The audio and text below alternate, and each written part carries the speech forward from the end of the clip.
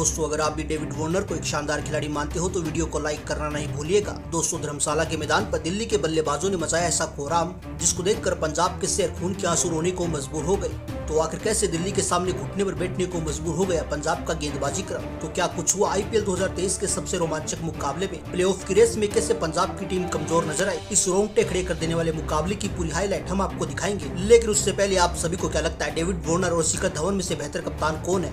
अपनी राय हमें कमेंट करके जरूर दीजिएगा। दोस्तों, एक बार फिर करो या मरो के मुकाबले में पार हुई रोमांच की सारी हदें, जहां ये दोनों ही टीमें एक दूसरे को रोंदने के लिए पूरी तरह से तैयार थी और ऐसे में दोनों ही टीमें हार मानने को तैयार नहीं थी। इन दोनों ही टीमों के बीच होने वाले घमासान को देखने के लिए पूरा मैदान खचाखच भरा हुआ था। ऐसे में पंजाब ने टॉस जीतकर पहले गेंदबाजी करने का फैसला किया और धवन का यह फैसला बिल्कुल गलत साबित हुआ। जब दोस्तों दिल्ली की ओर से डेविड वार्नर के साथ पृथ्वी शॉ मैदान पर आते हैं। फैंस को इन दोनों बल्लेबाजों से तूफानी शुरुआत की उम्मीद थी और इन दोनों बल्लेबाजों ने किसी को निराश नहीं किया और मैदान पर आते तूफानी अंदाज में बल्लेबाजी करनी शुरू कर दी। जी हां दोस्तों, पारी का तीसरा ओवर लेकर आए सैम करन को डेविड वार्नर ने बैक टू बैक 2 चौके ठोककर पंजाब को अपने तेवर दिखाने शुरू कर दिए। लेकिन ये तो महज एक शुरुआत थी। जी दोस्तों, पारी का चौथा ओवर लेकर आए रबाडा का स्वागत ही पृथ्वी शॉ ने चौके के साथ किया और अंतिम 2 गेंदों पर वार्नर ने बैक टू बैक 2 छक्के ठोककर पंजाब की गेंदबाजी क्रम को तहस नहस कर दिया। दिल्ली का खेमा ऐसी तूफानी शुरुआत को देखकर बेहद ही खुश था, तो वही धर्मशाला का मैदान दिल्ली के नारों से गूंजने लगा था। लेकिन आज इन दोनों ही बल्लेबाजों को रोकना पंजाब के लिए संभव था। ये दोनों ही जमकर कहर बरपा रहे थे और गेंदबाजी करने आए अर्शदीप सिंह को पृथ्वी शॉ ने 2 चौके और 1 छक्का ठोककर ओवर में 16 रन बटोर लिए और आलम यह था कि 5 ओवरों तक टीम का स्कोर 50 के पार पहुंच चुका था। धवन को किसी भी कीमत पर विकेटों की तलाश थी, पर ये दोनों ही बल्लेबाज कोई भी गलती करने को तैयार नहीं थे।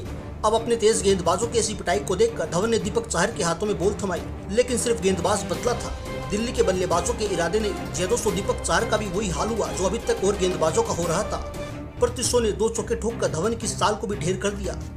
ऐसा लग रहा था कि ये दोनों ही बल्लेबाज सर पर कफन बांधकर मैदान पर आए हैं। पंजाब के खेमे में मातम पसरा पड़ा था और 10 ओवरों तक टीम 93 के पार पहुंच चुकी थी और दोनों ही बल्लेबाज अपने अर्धशतक की ओर बढ़ रहे थे। लेकिन फिर एक चमत्कार होता है जहां दोस्तों पारी का 11वां ओवर लेकर आए सैम करन ने 46 के स्कोर पर डेविड वार्नर को चलता कर दिया। डेविड की इस तूफानी पारी में 5 चौके 2 छक्के शामिल थे। उनके आउट होने के बाद रूसो मैदान पर आते हैं और रूसो ने वहीं से शुरू किया जहां से वार्नर छोड़कर गए थे। जब दोस्तों सैम करन की 2 बॉलों पर 2 चौके ठोककर रूसो ने अपने इरादे जाहिर कर दिए। दूसरे छोर पर पृथ्वी शॉ संभल कर बल्लेबाजी कर रहे थे, लेकिन रूसो जमकर कहर बरपा रहे थे। पारी का 13वां ओवर लेकर आए रबाडा को भी रूसो ने 2 चौके और 1 छक्का ठोककर ओवर में 16 रन बटोर लिए और दिल्ली की टीम 14 ओवरों तक 125 तक पहुंच चुकी थी। दिल्ली का खेमा बेहद ही खुश था अपनी टीम की ऐसी शुरुआत को देखकर और देखते देखते शॉ ने 36 गेंदों पर अपना अर्धशतक पूरा कर लिया। हालांकि उसके बाद सैम करन ने 54 के स्कोर पर शॉ को चलता कर दिया। शॉ की 37वीं पारी में 7 चौके और 1 छक्का शामिल था। उनके आउट होने के बाद शॉर्ट मैदान पर आते हैं, लेकिन असली कहर तो रूसो बरपा रहे थे और चौकों छक्कों की जमकर बरसात कर रहे थे और देखते देखते रूसो ने 25 गेंदों पर अपना 50वां पूरा कर लिया।